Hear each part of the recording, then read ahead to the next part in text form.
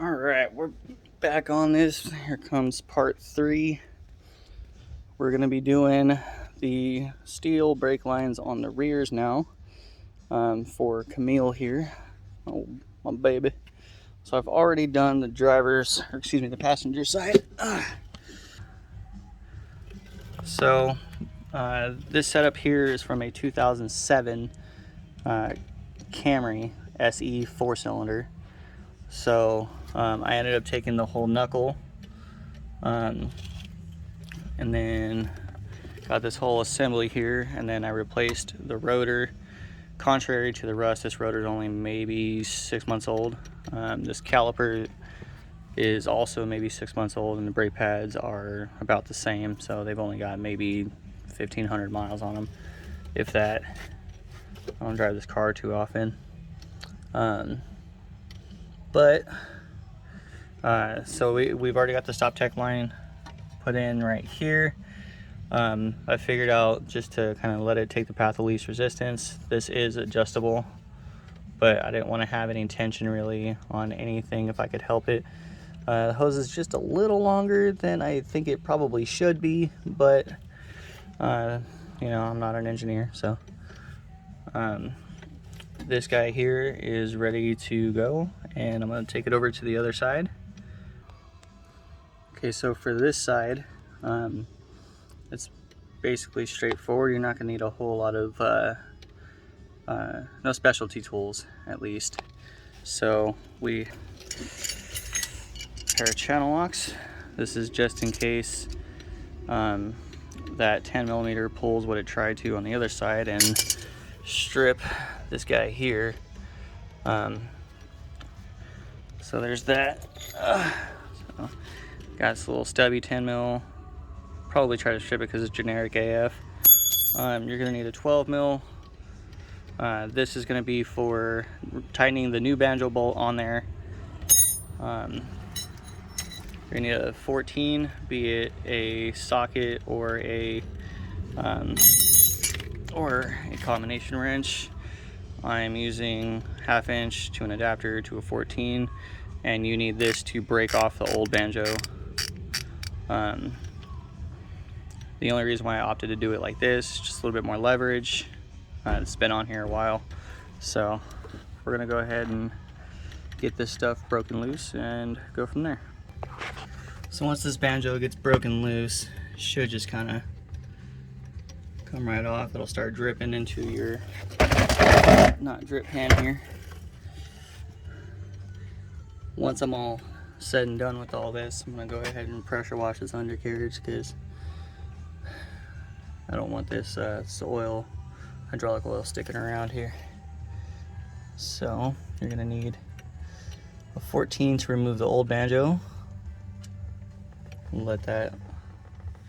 You're gonna have to save this, by the way, for the stop tech kit. You're gonna wait. No, I lied. You're not. It's the old banjo. You will, however, have to save this one to pop this guy off. This is a 12mm, and then the new kit will include this little mount plate here, but this bolt you do have to save because it does not come with one.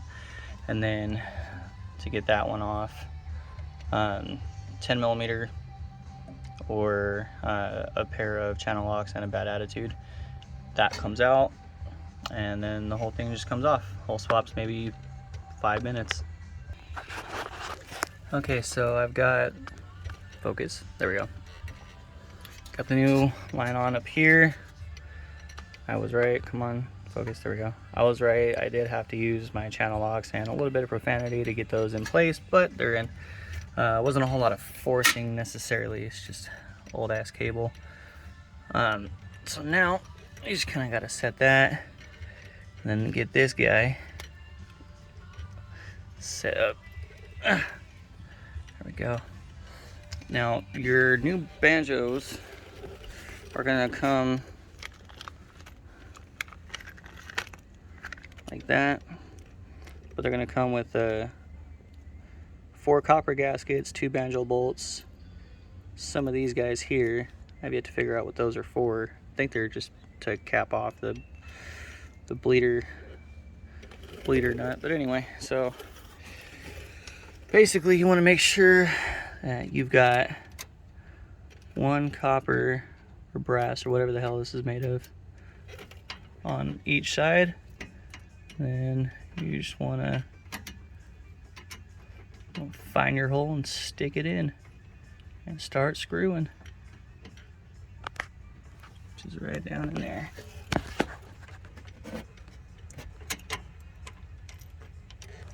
And apparently I missed the hole. Let me try this again. Sorry for this very poor videography here. Easier to find a hole when you use two hands, apparently. Alright, so we're gonna get our trusty 12mm here. We're gonna kind of get it on there.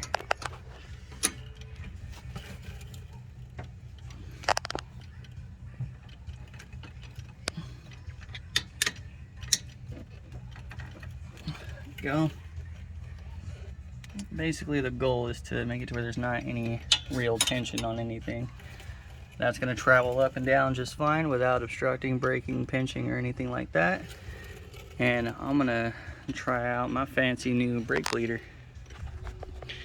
Just a heads up, if you have a strut bar, you're going to have to remove it because it conveniently blocks that bleeder there.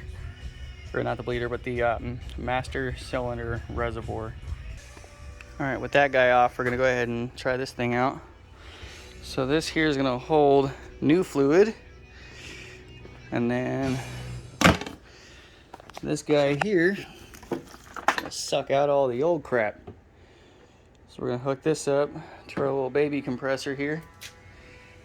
And to this here hose. I just moved here, so forgive the mess. We're going to get that hooked up to this here hose. I'm going to start on the rear passenger side because it's the one that is furthest away from the master cylinder. So we're going to go ahead and get that started. I'm going to get these tools set up. I know I promised you guys a part 4, but I think I'm going to squeeze the bleeder into the part 3. We'll go from there. So here's hoping this thing actually works. Basically, you put this little nipple on here and hope it provides a vacuum seal. But you just pull the trigger and watch the fluid come out. If it provides the vacuum seal you need, which this one does not appear to be.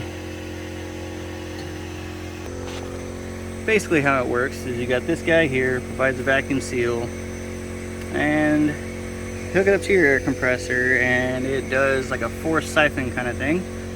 So you just pull the trigger and then you watch all the air bubbles go. Sucks all that shit out.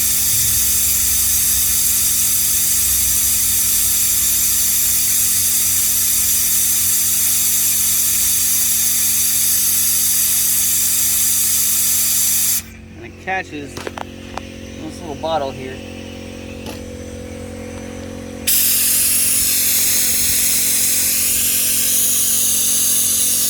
That's basically it. I'm going to repeat this on all 4 corners and then take it for a test drive. I will post a test drive video probably in the chat, but not on YouTube. Later.